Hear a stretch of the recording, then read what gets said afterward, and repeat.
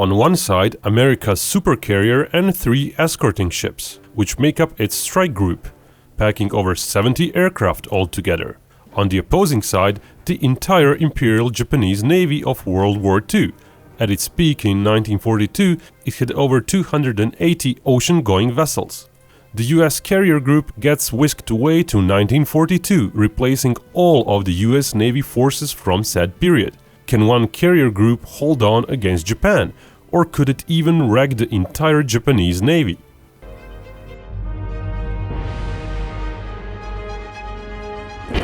The US Navy losing all their ships, planes and men they had in one magical moment would be a heavy blow, but the technological edge a supercarrier strike group offers might just compensate for it. This scenario will assume the switch happens in the spring of 1942. The Japanese realize the playground is much more open, but don't realize what exactly happened. They certainly don't expect a futuristic carrier. The Battle of the Coral Sea never happens, and the Japanese, emboldened by their successes around Indonesia, set their sights on the entire Hawaii archipelago. But if their Midway battle-to-be force approached the outlying islands, it would get noticed by the US carrier group. The E-2 aerial early warning planes can see objects far out to the horizon, especially large warships. While the E-2 is labeled as an AWACS-like plane, another one of its core mission sets is ocean surveillance. The plane's radar wavelength was chosen to perform well against naval targets. If really needed, the carrier group could maintain an E-2 scanning around with its radar and making sure nothing gets past it for several days, before maintenance schedule matters kick in. Though it's more likely some of the helicopters of the air wing would aid at times when no threat is expected. The air wing of a strike group carries anywhere from half a dozen to 20 helicopters, depending on the size of the strike group. They're divided between the carrier itself and the escort ships. For the purpose of this scenario, we will assume one of the most typical peacetime patrol strike group compositions. 2 Burke-class destroyers, 1 Ticonderoga-class cruiser and a dozen helicopters between them and the carrier. Although supply ships and submarines oftentimes help the strike group in certain missions, they're usually not part of the strike group when not needed, so in this instance they have not traveled in time with the carrier. So what would happen is this: Japanese ships would get noticed and aircraft would be sent to confirm the targets. The World War II technology that Japanese have would not even alert them to the fact enemy radar is present and watching them. Then some strike groups would get assembled, taking off from the carrier. Ford and Nimitz-class ships usually have 4 strike plane squadrons. All this does assume at least several days for both the carrier group and the US nation of that period to actually come to terms with the whole fantastical premise and the new reality of the situation. To simplify, the US nation accepts its new carrier and the loss of its previous assets, and the carrier promptly accepts its role as the sole defender, as well as coordinates with the US government. Let's go back to that strike. The Japanese would likely be detected hundreds of miles away from the Midway Islands, and waves of F-18s would likely be sent. The US Navy doesn't currently have LRASM missiles widely deployed, as the weapon only entered early operational status in October 2019. Said missile would be overkill for the mission at hand. It's too heavy and only 2 missiles could be carried by a Super Hornet. Most likely the initial strike would be performed by the Harpoon anti-ship missiles. US planes would likely get pretty close, especially the planes that observed the damage with targeting pods. But flying at over 40,000 feet, they would be completely safe from Japanese interceptors. The electronic jamming planes could also join the effort, blinding any radars the Japanese might hope to use. Basically, it would be a turkey shoot. Lighter and unarmored targets such as the carriers could be hit with Harpoon missiles. The Japanese might use 8 or so fleet or light carriers in this alternate timeline. But each hit from a Harpoon missile would be at least as devastating as the bombs that did hit the carriers in the real timeline. The bombs hit the ships at medium subsonic speeds, somewhat slower than the Harpoon's impact speed, and Harpoons might have some propellant left to burn upon explosion. There would be almost no way for the Japanese to intercept those missiles, as they are too fast and too small to spot visually until it's too late. If the first US wave contained 10 planes and concentrated fire on the carriers, pretty much all the Japanese carriers would likely end up burning. In the real timeline, most Japanese carriers were destroyed after 3 to 5 hits. though one was destroyed with a single bomb. The US would not use only Harpoon missiles. The carrier probably doesn't have that many, though the exact number can only be approximated. Given the numbers produced and known operational usage of the missile, it's possible each US supercarrier on a mission carries a few hundred Harpoon missiles. The exact composition of what weapons a carrier has is not only secret but is flexible, depending on the mission. One can only deduce the possible range of weapons based on the disclosed total ordnance weight carried. For Nimitz carrier, that is 2,600 tons. Keep in mind, the figures shown are not likely accurate. They are just ballpark estimates of what could be possible. After the initial onslaught, the Japanese fleet would be in disarray. Their surface ships were capable of dealing with planes at close distances, not with F-18s flying at altitudes of 15,000 feet or more, dropping laser-guided bombs. With targeting pods assessing the damage and no pressure to go about it quickly, weapons usage could be made efficient, not wasting many bombs on the same target, especially since laser guidance could hit the most crucial parts of the ships. The US carrier could launch another 2 waves while holding a dozen planes for self-protection. Possibly 100 more hits could be delivered, with dozens of Japanese ships being sunk. Within several hours, the leftover Japanese ships could get maybe a little over 100 miles away before the repeated attacks from the carrier come. It is likely some of the ships would eventually escape, but the Japanese Navy would still suffer an extreme blow. Pretty much all of their fleet carriers would be lost, as well as over a third of their other large surface vessels. Perhaps even several submarines, as they would be hunted by US helicopters.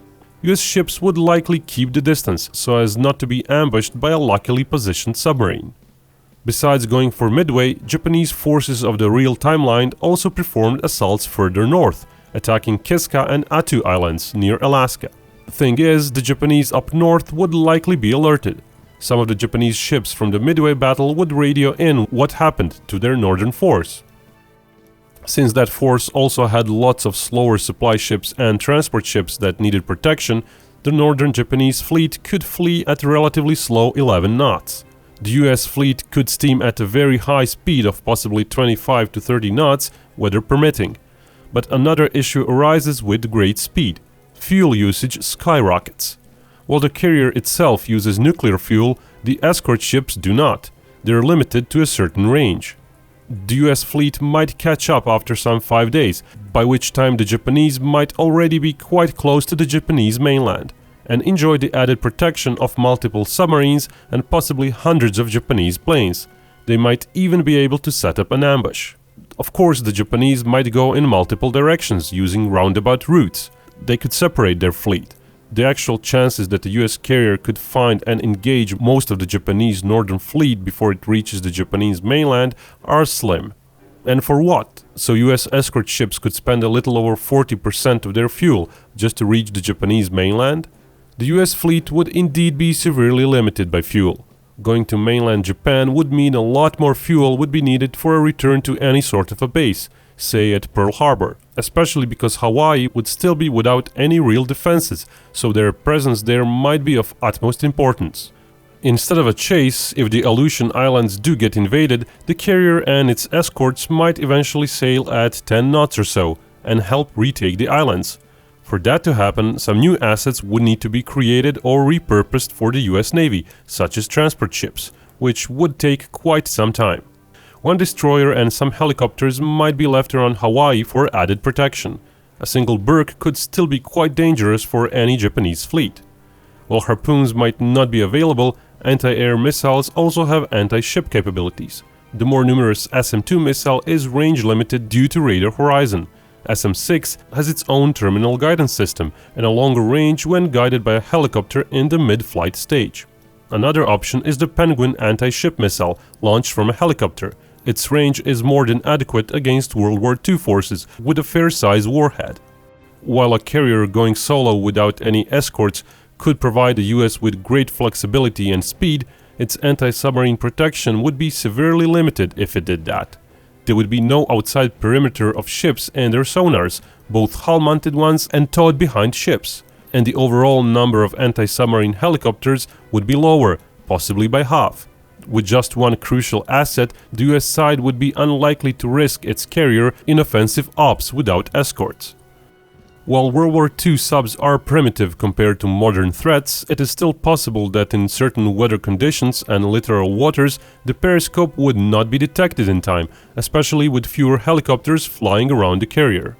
While the slow Japanese subs could not hope to catch the carrier, if the carrier went near Japanese mainland, a silent waiting sub may get lucky as the carrier stumbles into its range. The Japanese would have upward of 50 more submarines left, which would not be a harmless force in home waters against a lone carrier. Minefields would also be a concern for a lone carrier trying to approach Japanese lands without as many helicopters to sweep for them. Combined with the fuel issue, all that would likely prevent the US from going too close to the Japanese mainland. But the likely targets besides the Aleutian Islands might be liberating the Wake Island and possibly even Guam, though Guam, due to its distance, might be too much of a waste fuel-wise. How much could the carrier air group help in retaking those islands? Its planes could perform upward of 50 strike sorties per day, dropping possibly 200 or more guided bombs per day. With targeting pods available, searching for targets and assessing the damage would be fairly easy, so Japanese forces on the islands might be quite pinned down as the US infantry disembarks. Added firepower might come in the way of ships' main guns. Leaving one destroyer to defend Hawaii, two ships could lay some decent fire on the island. While helicopters might be vulnerable to enemy fighters, it's more than likely a surprise first strike would wipe out most of the Japanese planes on the ground, and the remainder would be dealt with by F-18s. Air combat wouldn't be fair once again. Japanese planes in the air would have no way of knowing they are being targeted, and both heat-seeking and radar-seeking missiles would have no issues locking onto Zero fighters, let alone anything bigger. Today's missiles can engage small objects such as cruise missiles from decent distances.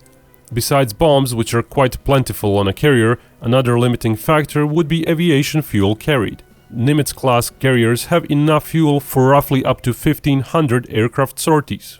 That means that 70 aircraft-strong air wing might hope to fly for 2 to 3 weeks, with one sortie per plane per day. Overall, securing the Aleutian Islands, then Wake, then Guam might be doable at 10 knot speed, just enough for the carrier to return to Pearl Harbor, perhaps leaving another destroyer and some helicopters at Wake or Guam for defense. After that, the remaining escort would be out of fuel, and most probably the aviation fuel on the carrier itself would be very low. So what happens at that point depends on what one allows for in this scenario. If the carrier group is to receive no help from the US World War II forces, it would eventually be game over. The Japanese would slowly regain courage and advance along the front. Upon seeing there is little US resistance, as the US Navy of the time is being rebuilt from scratch, they might go on the offensive again. The carrier would be ill-advised to try and hunt down the remaining Japanese carriers and battleships, as a search would require too much fuel. Modern carrier and its planes would simply be too limited by their supplies. With the carrier group out of the picture, Japan would surely advance much more than it would otherwise, but eventually the US Navy would get rebuilt and ultimately push the Japanese back. Rebuilding would take time though. Ships themselves could be fairly quickly replaced. US already had many under construction in 1942.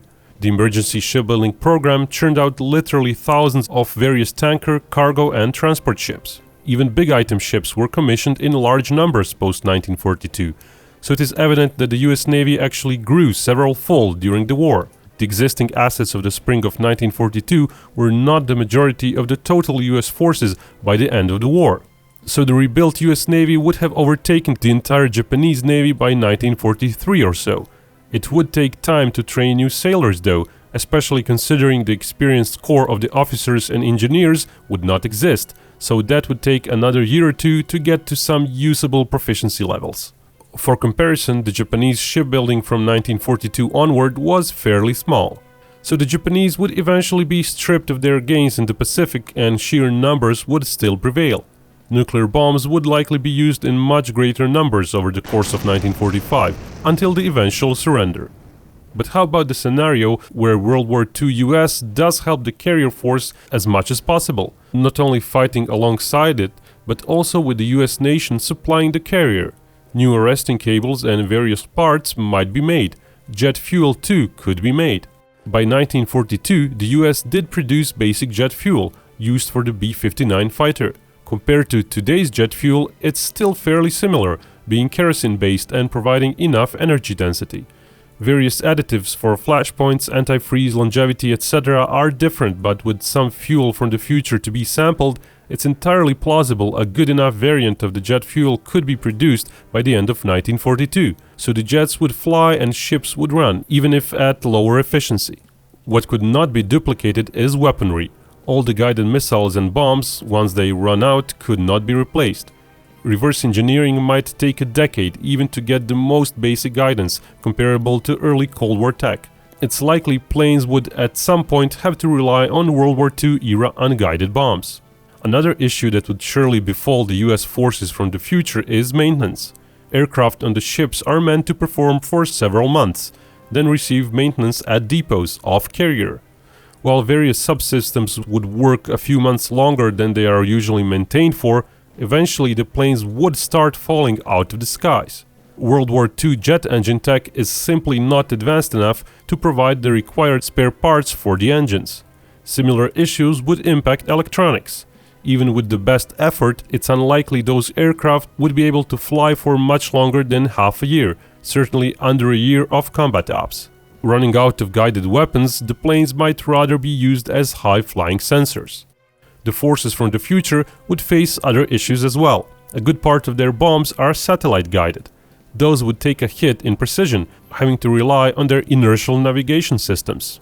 Long-range strikes with Tomahawk cruise missiles would not really work, as satellite navigation is the main guidance method. A small infrared sensor on the nose is for target assessment only, and terrain contour matching system would not work over the ocean. Navigation might be a big issue overall. Both the ships and planes rely on GPS for navigation nowadays, with ground signal stations providing backup navigation. Of course, in 1942, there would be no satellites nor compatible ground stations to provide signals. Perhaps within a year or more, some new ground beacon system could be devised to help ships, based on LORAN. Still, Super Hornets would not easily know where they are and might at times get lost and crash into the sea.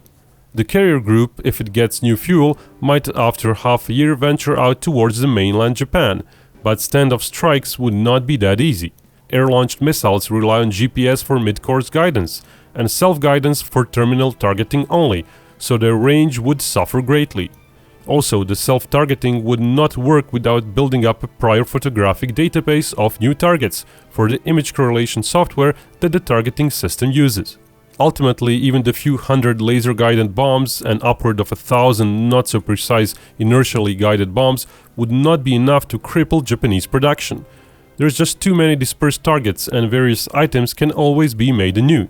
Certainly, factories would have pauses in their production, shipyards as well, but when the good bombs do run out, flying lower to maintain some decent hit rate would have to be done, and this would likely prove to be too dangerous.